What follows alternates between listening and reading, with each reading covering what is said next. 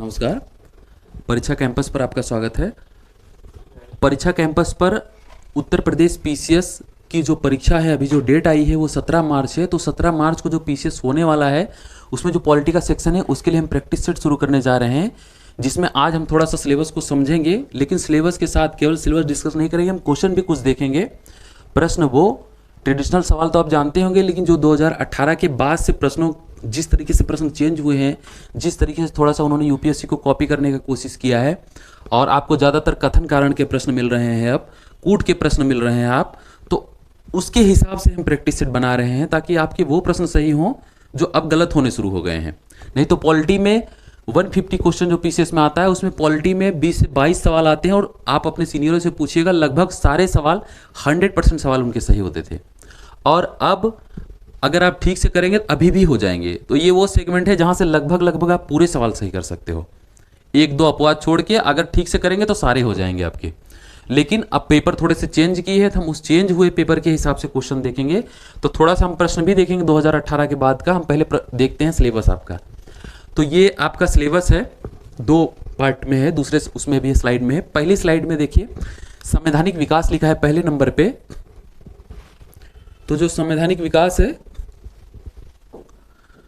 संवैधानिक विकास, तो संवैधानिक विकास में आप देखते होंगे जनरली जो यहां से हैं तो बहुत सारे एक्ट, लेकिन 1773, 1909, जहां से सबसे ज्यादा सवाल आ रहे हैं हम केवल उनकी बात कर रहे हैं, 1919 और 1935। तो यहां से सबसे ज्यादा सवाल आते हैं। इसके अलावा संविधान निर्माण के समय संविधान निर्मात्री सभा के बारे में अध्ययन करेंगे। उसके अलावा 1946 में जो अंतरिम सरकार थी, हम उसकी कैबिनेट, जो अंतरिम सरकार के जो था मंत्रिमंडल, हम उसका भी अध्ययन करेंगे। उसके स्वतंत्र भारत का जो मंत्रिमंडल है, स्वतंत्र भारत का, उसका भी अध्ययन किया जाएगा, क्योंकि वहां से भी सवाल बन रहे हैं। तो प्रैक्टिस सेट में स्वतंत्र भारत का, 1946 का मंत्रिमंडल, जितने एक्ट आए हैं वो देखेंगे। उसके बाद हम देखेंगे संवैधानिक विकास के बाद जो हम देखते हैं वो हम प्रस्तावना को देखेंगे। तो देखिए पहले जो प्रस्तावना में सवाल आते थे वो वही घिसे पिटे गिनती के सवाल होते थे। पहले आप देखोगे ज़्यादातर तो प्रस्तावना में संशोधन कब हुआ, 1976 में किस संविधान संशोधन द्वारा प्रस्तावना में संशोधन किया गया, कौन से 3 शब्द वो जोड़े गए, तो वही सवाल बार बार पूछता था। या प्रस्तावना के शब्द हम भारत के लोग कहाँ से लिए गए हैं। लेकिन अब आप देखेंगे तो प्रश्न थोड़े से बदलाव किए गए। हम दिखाएंगे आपको प्रश्न कौन से, जिसमें आपको प्रस्तावना याद करना पड़ेगा। आपको याद होना चाहिए जिस तरीके से सवाल बना रहा है। हम उन सवालों को अभी देखेंगे, 1-2 सवाल लिए गए हैं वहाँ से। उसके अलावा अगला टॉपिक है आपका नागरिकता। तो देखिए नागरिकता में अभी भी कोई नए सवाल ज़्यादा बन नहीं रहे हैं।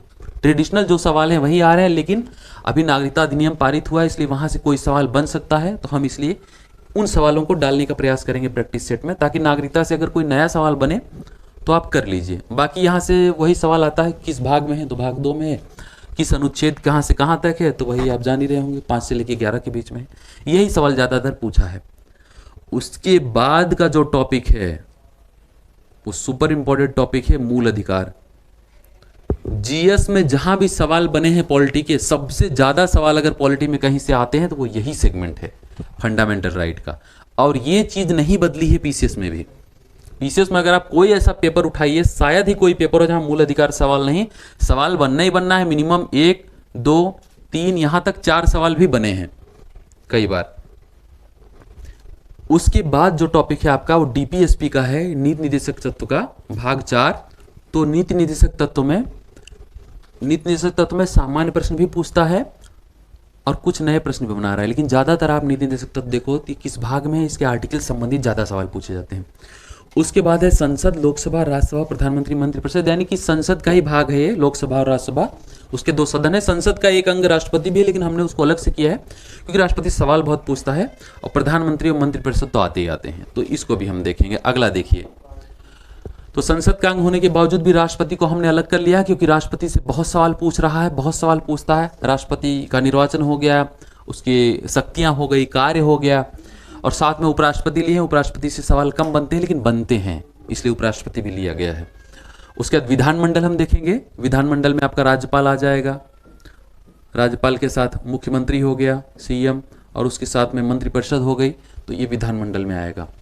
उसके अलावा देखिए अगला टॉपिक, प्रमुख संवैधानिक पद। अब जो प्रमुख संवैधानिक पद हैं, इसको हमने जनरली सिलेबस में अलग से कोई रखता नहीं, हमने रख लिया है। इसलिए रखा है कि यहां से बहुत ज्यादा सवाल पूछे जाते हैं। जैसे प्रमुख संवैधानिक पद का मतलब हम बात क्या करना चाहते हैं, जैसे हम अनुच्छेद 76 में दिए हुए महान्यायवादी की बात करना चाह रहे हैं, हम अनुच्छेद 148 में दिए हुए सीएजी की बात करना चाह रहे हैं। ये सब सवाल क्या है, बहुत ज्यादा पीसेस में पूछे जाते हैं, हमेशा पूछे जाते हैं। 2023 में आप देखोगे आपको मिल जाएगा सवाल, 22 में लगभग सवाल मिल जाएंगे। इसलिए हमने प्रमुख संवैधानिक पदों को अलग कर दिया है। उसके बाद अगला जो हमने लिया है वो लिया है संवैधानिक, ये हम अपनी सुविधा के हिसाब से विभाजन कर दिए हैं, संवैधानिक व गैर संवैधानिक संस्थाएं। अब देखिए ये भी सवाल, अभी पिछली बार आप देखोगे तो लोक सेवा आयोग से सवाल पूछा है। तो संवैधानिक संस्थाएं चाहे वो संघ लोक सेवा आयोग हो गया, चाहे राज्य लोक सेवा आयोग हो गया, चाहे आप निर्वाचन आयोग हो गया, या हमेशा, और अभी तो बहुत ज़्यादा पॉपुलर है निर्वाचन आयोग, क्योंकि आप जानते होगे जो पुराना निर्वाचन आयोग की नियुक्ति का जो पुराना प्रावधान था उसको सुप्रीम कोर्ट ने बदल दिया, और सुप्रीम कोर्ट ने जो बदला, सुप्रीम कोर्ट के प्रावधान को सरकार ने कानून बदल कर पलट दिया। तो अब जो कमेटी बनाई है वो क्या है, उससे रिलेटेड कोई सवाल बन सकते हैं। इसलिए हम इसको बहुत ध्यान से पढ़ेंगे, क्योंकि नए बहुत संभावना है कि उस निर्वाचन आयोग से हो सकता है, जिस तरह का परिवर्तन हुआ है बहुत संभावना है कि सवाल वहां से आए, इसलिए हमने इसको रख लिया है। और अगला और लास्ट है प्रमुख संविधान संशोधन। तो ये एक सदाबहार टॉपिक है, संविधान संशोधन भी आता ही आता है। संविधान संशोधन में कुछ तो हो गया ट्रेडिशनल संविधान संशोधन, जैसे आप देखोगे 42वां संविधान संशोधन, 44वां संविधान संशोधन, तो ये तो हमेशा इस तरह के जो संविधान संशोधन वो तो आते ही आते हैं। लेकिन नए जो हुए हैं 101वां, 105वां, वो भी पूछा जा रहा है। तो वो संविधान संशोधन जो लेटेस्ट है हम उनको भी कवर करेंगे। चलिए अब हम थोड़ा पहले प्रश्नों को देखते हैं, एक आइडिया लगेगा। अब देखिए ये पीसीएस 2018 में आया हुआ सवाल, आप केवल परिवर्तन देखिए कि कैसे अब प्रश्न जो चेंज कर रहा है 2018 में। प्रस्तावना का सवाल देखिए कैसे प्रस्तावना, अगर आपको याद नहीं होगा ये सवाल बिना याद हुए सही हो ही नहीं सकता, मतलब इसमें ट्रिक नहीं है, कोई पूछ रहा है और सवाल इसमें कॉमन सेंस लगा के भी नहीं सही होगा अगर नहीं याद होगा। कह रहा है भारत के संविधान की प्रस्तावना में कितने प्रकार का न्याय, स्वतंत्रता, समानता एवं भातृत्व का उसी क्रम में उल्लेख किया गया है। मतलब प्रश्न ये पूछना चाह रहा है कि भारतीय संविधान की प्रस्तावना में जो न्याय है, जो स्वतंत्रता है, जो समानता है और जो भातृत्व, वो उनकी संख्या क्या है और जिस क्रम में वो लिखे गए हैं आपको वो क्रम भी याद रखना है। तो जब आप देखिए प्रियम्बल को हम अलग से आपको अच्छे से पढ़ा देंगे। अब आप देखेंगे उसी अगले ही वीडियो में आप देखोगे आपको प्रियम्बल याद हो जाएगा। याद करानी हमारी जिम्मेदारी है, क्योंकि अगर प्रियम्बल को वैसे आप पढ़ेंगे तो जिस तरीके की शब्दावलियां यूज हुई वो जनरली याद नहीं होती हैं, तो उसको पढ़ने का एक एक्सेंट है उसको पढ़ने का। आप अगर उस फ्लो में पढ़ेंगे तो आप उसको याद कर ले जाएंगे। तो हम कोशिश करेंगे कि आपको याद हो जाए वो। तो अब हम न्याय की बात करते हैं, जैसे हम आगे उसको पढ़ेंगे, लेकिन अभी जैसे देख लेते हैं इस प्रश्न के लिए। तो अगर न्याय की बात करें तो जो प्रस्तावना है वहां पर 3 प्रकार के न्याय की बात की गई है, सामाजिक, आर्थिक और राजनीतिक। सामाजिक, आर्थिक और राजनीतिक, तो 3 तरह के न्याय की बात प्रस्तावना में की गई है। अब देखिए, और स्वतंत्रता की जहां तक बात है तो प्रस्तावना में 5 प्रकार की स्वतंत्रता दी गई है, जान लीजिए। अब यहां पर सामाजिक आर्थिक की बात नहीं करना है, जो स्वतंत्रता है उसमें है विचार, अभिव्यक्ति,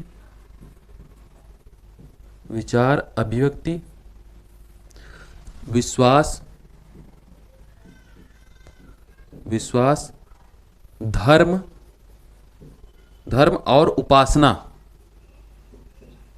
और उपासना की स्वतंत्रता। देख रहे हैं? तो सामाजिक, आर्थिक, राजनीतिक न्याय 3 तरह का है। और स्वतंत्रता की बात करें तो विचार, अभिव्यक्ति, विश्वास, धर्म और उपासना, मतलब 5 प्रकार की स्वतंत्रताएं काउंट करेंगे। 1 2 3 4 5, तो 5 प्रकार की स्वतंत्रता है। अब जैसे समानता है तो समानता से हम लोग हो सकता है जब गेस करेंगे तो आदमी सामाजिक, आर्थिक, राजनीतिक इस तरह की समानता गेस करेगा, लेकिन ऐसा नहीं है। अगर समानता की बात करें प्रस्तावना में तो 2 प्रकार की समानता दी है केवल, वो है प्रतिष्ठा और अवसर की समानता। प्रतिष्ठा और अवसर, अब जब पढ़ेंगे तो उसको डिटेल में देखेंगे, प्रस्तावना यहां पूरी सामने रख के पढ़ेंगे उसको अच्छे से। तो प्रतिष्ठा और अवसर, तो अगर समानता की बात करें तो दो तरह की समानता है। और भातृत्व की बात करें तो एक बंधुत्व दिया है, भातृत्व एक प्रकार का है बंधुत्व। तो अब देखिए इसको मिलाएंगे तो सामाजिक, आर्थिक, राजनीतिक, तीन प्रकार का आपका न्याय है, तीन तरह का, ठीक है। और जो स्वतंत्रता दी गई है वो 5 प्रकार की स्वतंत्रता है संविधान में, 5 प्रकार की स्वतंत्रता है, ये देख लीजिए आप। और समानता जो है वो 2 तरह की है। प्रस्तावना की बात हो रही है, संविधान की प्रस्तावना में समानता 2 है और भातृत्व 1 है।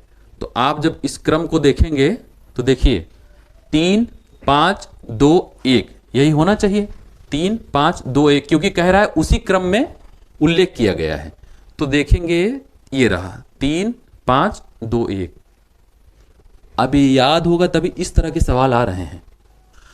देखिए निम्नलिखित में से कौन सा शब्द भारतीय संविधान की प्रस्तावना में उल्लिखित नहीं है। अब इसके लिए भी आपको प्रस्तावना याद होनी चाहिए।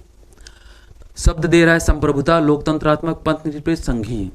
अब जब प्रस्तावना को पढ़ेंगे तो वहां पर लिखा है हम भारत के लोग भारत को एक संपूर्ण प्रभुत्व संपन्न समाजवादी पंथ निरपेक्ष, तो संपूर्ण प्रभुत्व संपन्न संप्रभुता आ गई, समाजवादी पंथ निरपेक्ष और लोकतंत्रात्मक गणराज्य बनाने के लिए। तो लोकतंत्रात्मक भी आ गया, पंथ निरपेक्ष भी आ गया, संघीय जो शब्द है यही नहीं है। तो पूछ रहा है कौन उल्लिखित नहीं है, तो जब नहीं की बात किया तो नहीं वाला लगाना है। अगला प्रश्न देखिए, राज्य लोक सेवा आयोग। अब देखिए राज्य लोक सेवा आयोग के सदस्य को हटाया जा सकता है। अब 2022 या 23 में आया है सवाल, उसी के आसपास है ये, मतलब 20 के बाद ही है किसी में आया हुआ। राज्य लोक सेवा आयोग के सदस्य को हटाया जा सकता है। अब देखिए राज्य लोक सेवा जनरली पूछता नहीं है, पूछता ज्यादातर संघ लोक सेवा आयोग की बात करें तो। वैसे संविधान के अनुच्छेद 315 की अगर हम बात करते हैं नियुक्ति की, तो 15 में 3 तरह के आयोग का उल्लेख है। एक तो हो गया संघ लोक सेवा आयोग, 3 तरह का आयोग है। एक संघ लोक सेवा आयोग 315 में जो बात की गई है, दूसरा संयुक्त लोक सेवा आयोग और तीसरा है राज्य लोक सेवा आयोग। लेकिन फिलहाल जो भारत में है वो संघ लोक सेवा आयोग है और राज्य लोक सेवा आयोग है राज्यों में, लेकिन अभी संयुक्त लोक सेवा आयोग भारत में नहीं है कहीं पे। और हटाने की बात कर रहा है तो हटाने वाला जो प्रोविजन है वो आपको 317 में मिलेगा, संविधान के अनुच्छेद 317 में।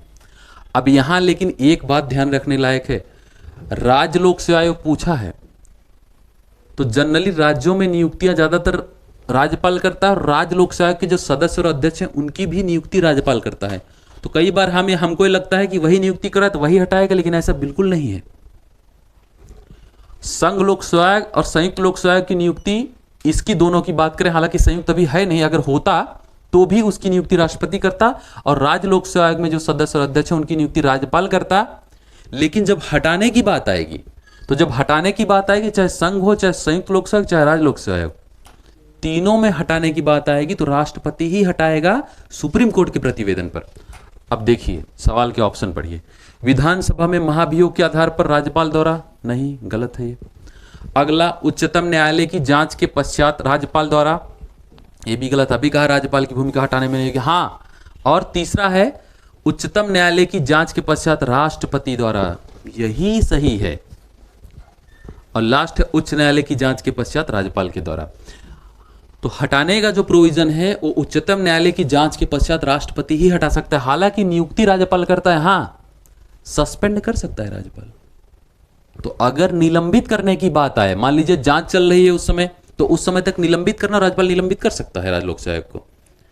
जैसे आपका जो कमीशन है एग्जाम ले रहा है, अगर वहां पे इस तरह कोई मामला आता है तो राज्यपाल चाहे तो उसको सस्पेंड कर देगा, लेकिन हटा नहीं पाएगा। हटाने के लिए सुप्रीम कोर्ट की जांच के पश्चात राष्ट्रपति ही हटाएगा। तो एक अगला प्रश्न देखते हैं हम। अगला प्रश्न देखिए, निम्न में से कौन से पदाधिकारियों को हटाने में संसद की कोई भूमिका नहीं है। अब संसद की भूमिका नहीं है कह रहा है। पहला ऑप्शन देखिए, उच्च न्यायालय के न्यायाधीशों को है, बिल्कुल है, महाभियोग द्वारा संसद हटाती है। दूसरा है उच्चतम न्यायालय के न्यायाधीशों को है, बिल्कुल है। कह रहा भूमिका नहीं है, भूमिका नहीं होनी चाहिए संसद की, लेकिन यहां पर है। अगला देखिए, अध्यक्ष संघ लोक सेवा आयोग। अभी पीछे ही हम लोग प्रश्न में पढ़े कि अगर संघ लोक सेवा आयोग, संयुक्त लोक सेवा आयोग, राज्य लोक सेवा आयोग जब हटाने की बात आएगी, हालांकि 2 ही आयोग हैं अभी, संघ और राज्य, तो अगर उनके हटाने की बात आएगी कौन हटाएगा? सुप्रीम कोर्ट के प्रतिवेदन के पास के बाद राष्ट्रपति हटाएगा, ये बात अभी चर्चा में आ चुकी है। तो इसका मतलब जो गलत कथन है, संसद की भूमिका नहीं कह रहा है, तो वो यही होगा नंबर 3, जिसमें संसद की भूमिका नहीं। चौथा देख लेते हैं, क्योंकि कूट का प्रश्न है। भारत के नियंत्रक और महालेखा परीक्षक, तो देखिए सीएजी को भी संविधान में सिक्योरिटी मिली है, क्योंकि वो ऑडिट करता है, वो भारत सरकार के खातों की जांच करता है। अगर उसको ये सिक्योरिटी नहीं रहेगी, उसके मन में हमेशा ये डर रहेगा, तो हमको कभी भी सरकार हटा सकती है पद से, तो डर डर के काम करेगा। तो ऑडिट करने के लिए उसके पास एक सिक्योरिटी, इसलिए उसको सिक्योरिटी दी गई है। सीएजी जो है उसको, सीएजी का जो आप प्रोविजन पढ़ेंगे तो उसमें लिखा गया है कि नियंत्रक और महालेखा परीक्षक को हटाने के लिए उसी विधि और उन्हीं प्रक्रियाओं का पालन किया जाएगा जो सुप्रीम कोर्ट के न्यायाधीश को हटाए, मतलब उच्चतम न्यायालय के न्यायाधीशों को हटाने की। तो उच्चतम न्यायालय के न्यायाधीशों को कौन हटाता है? संसद, महाभियोग द्वारा। तो वही प्रक्रिया कहाँ लागू होगी? हालांकि महाभियोग शब्द यूज नहीं हुआ है संविधान में, केवल और केवल राष्ट्रपति के लिए एक जगह महाभियोग, इसलिए महाभियोग शब्द अगर पूछे तो संविधान में नहीं यूज है, लेकिन जो प्रोविजन बाद में बनाया गया हटाने वाला, उसमें यूज हुआ है। तो अध्यक्ष, संघ लोक सेवक, यही ऑप्शन, यानी कि अगर इसमें आप देखिए भूमिका नहीं तो केवल 3 सही होगा। तो देखिए पहले में दिया है केवल 1 और 2, केवल 3 और 4, 1, 2 और 3, तो ये तीनों ऑप्शन गलत हो जाएंगे आपके, और लास्ट ऑप्शन सही होगा केवल 3, क्योंकि पूछ रहा है कि भूमिका नहीं है, तो भूमिका नहीं होगी केवल और केवल 3 में। अगला देखिए, अब देखिए ये निम्न युग्मों में से कौन सा युग्म संविधान की अनुसूची विषय सही सुमेलित है? सही सुमेलित। अब ये तो एक तरीके से ट्रेडिशनल क्वेश्चन है, ये अनुसूचियां आपको पूरी याद ही होनी चाहिए। अनुसूची हो गया, कुछ इंपॉर्टेंट अनुच्छेद हो गए आपको याद, क्योंकि अगर ये सवाल गलत हुआ तो फिर स्थिति खराब हो जाएगी, ये प्रश्न नहीं गलत होने चाहिए। देख लेते हैं हम तीसरी अनुसूची, शपथ या प्रतिज्ञान का प्रारूप, बिल्कुल है जी, शपथ तीसरी अनुसूची में ही है। दूसरा देखिए 8वीं अनुसूची भाषाएं, हाँ इस समय 22 भाषाएं हैं 8वीं अनुसूची में। और सी दिया है 9वीं अनुसूची राज्यसभा में स्थानों का आवंटन, ये ऑप्शन गलत है। 9वीं अनुसूची में राज्यसभा में स्थानों का आवंटन नहीं है, स्थानों का आवंटन है अनुसूची 4 में। तो कथन नंबर 3 गलत है। 10वीं देख लेते हैं, ये दल परिवर्तन के आधार पर निर्भरता, अब ये राजीव जी के टाइम पे आया था दल बदल विरोधी कानून, 10वीं अनुसूची, तो ये सही मिलान हुआ है। और ऑप्शन नंबर 9वीं अनुसूची राज्यसभा यानी कि 3, यानी कि सी सही सुमेलित नहीं है आपका। अगला क्वेश्चन देखते हैं, निम्नलिखित युग्मों में से कौन सा सही सुमेलित नहीं है? अब देखिए आपको सीटें दिया है विधानसभा की सदस्य संख्या और राज्य जाके मिलाने के लिए दिया है। अब इसमें जान लीजिए राज्य और सीटों वाला सवाल हमेशा पूछता है, तो चाहे संसद के दोनों सदन हो, संसद के दोनों सदन लोकसभा और राज्यसभा, इनकी दोनों की सीटें आपको याद होनी चाहिए, प्लस जहां पे विधानमंडल है वहां दोनों सदनों की, और जहां विधानमंडल नहीं वहां विधानसभा की सीटें याद ही होनी चाहिए, हर राज्य की पूछता है। पहला देखिए, चारों ऑप्शन देखते हैं। पहला है मणिपुर की 62, दूसरा है गोवा की 40, उत्तर प्रदेश 403, उत्तराखंड 70। तो उत्तराखंड की 70 करेक्ट दिया है, यूपी की 403 भी करेक्ट है, गोवा में 40 ही हैं, और मणिपुर में जो विधानसभा की सदस्य संख्या है वो 62 नहीं है, 60 है। अब देखिए इतना निकटतम दे रहा है, इसलिए याद ही होना चाहिए, 62 नहीं 60 है, तो ये पहला वाला ऑप्शन जो होगा यही वाला सही सुमेलित नहीं है। एक और प्रश्न नीचे है, 2 या 2 से अधिक राज्यों के लिए एक संयुक्त लोक सेवा आयोग बनाया जा सकता है। इसमें 4 ऑप्शन दिए हैं, संघ लोक सेवा आयोग के द्वारा संबंधित। अभी देखिए संयुक्त लोक सेवा आयोग जो पीछे हमने बताया था कि इसका भी प्रोविजन है, लेकिन अभी फिलहाल में है नहीं है, तो इसका जो, और दूसरा संबंधित राज्यों के निवेदन पर संसद द्वारा, राज्यसभा द्वारा, लोकसभा द्वारा। जिसका जो करेक्ट आंसर है वो होता है कि संबंधित राज्यों के निवेदन पर संसद द्वारा, यही इसका करेक्ट आंसर होगा, लेकिन अभी फिलहाल नहीं है कोई संयुक्त लोक सेवा आयोग भारत में। अगला ऑप्शन देखिए, अब ये पीछे में आ चुका है सवाल।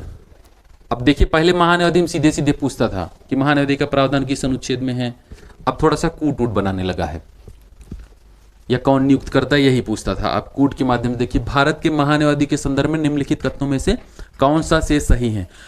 सही है, गलत है, सही नहीं है, ये वाला दिखे तो आप इसको बहुत ध्यान रखिएगा, क्योंकि सही है वाला सही हो जाता है, लेकिन सही नहीं है वाला हम गलत कर देते हैं, तो इसलिए इसको बहुत अच्छे से पढ़ना है। इसमें पूछ रहा सही है, तो सही सही कथन आपको चुन लेने हैं, कूट से सही कर देने हैं। कह रहा है पहला, महान्यायाधीश के पद पर ऐसे व्यक्ति की नियुक्ति होगी जो उच्चतम न्यायालय का न्यायाधीश नियुक्त होने के लिए अर्हित हो। यानी सुप्रीम कोर्ट का न्यायाधीश होने की योग्यता रखता हो, तो बिल्कुल योग्यता रखना ही चाहिए, क्योंकि भारत ये है, प्रोविजन है संविधान में इसका कि सुप्रीम कोर्ट के न्यायाधीश की योग्यता रखता हो।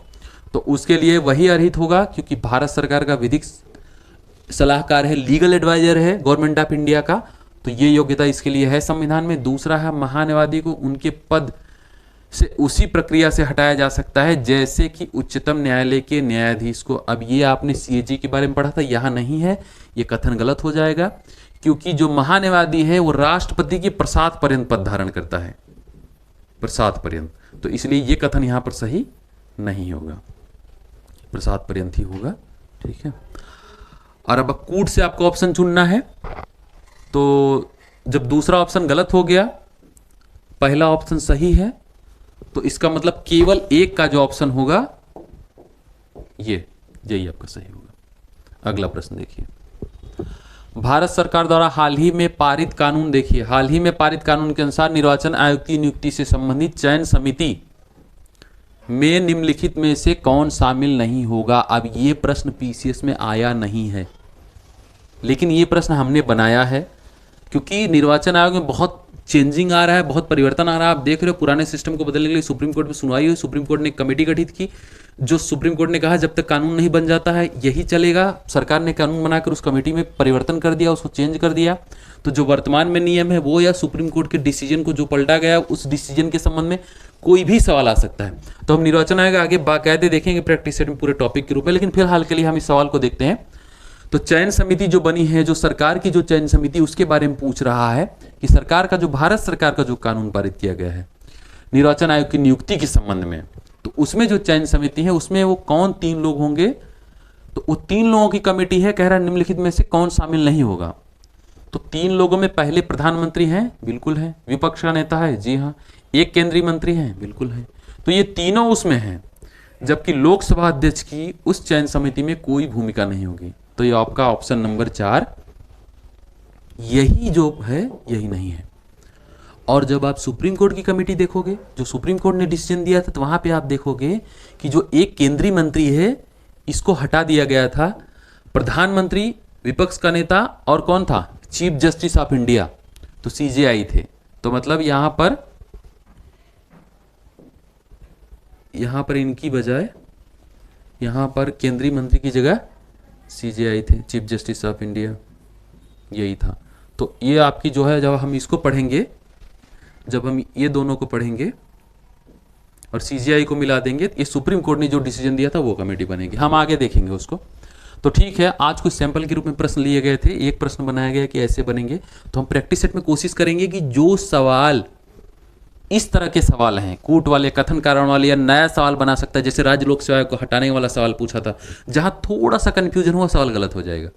तो हम वैसे प्रश्नों को प्रैक्टिस सेट में जगह देंगे। तो ठीक है, थैंक यू आज के लिए। अब अगले सेशन में मिलते हैं आपसे हम।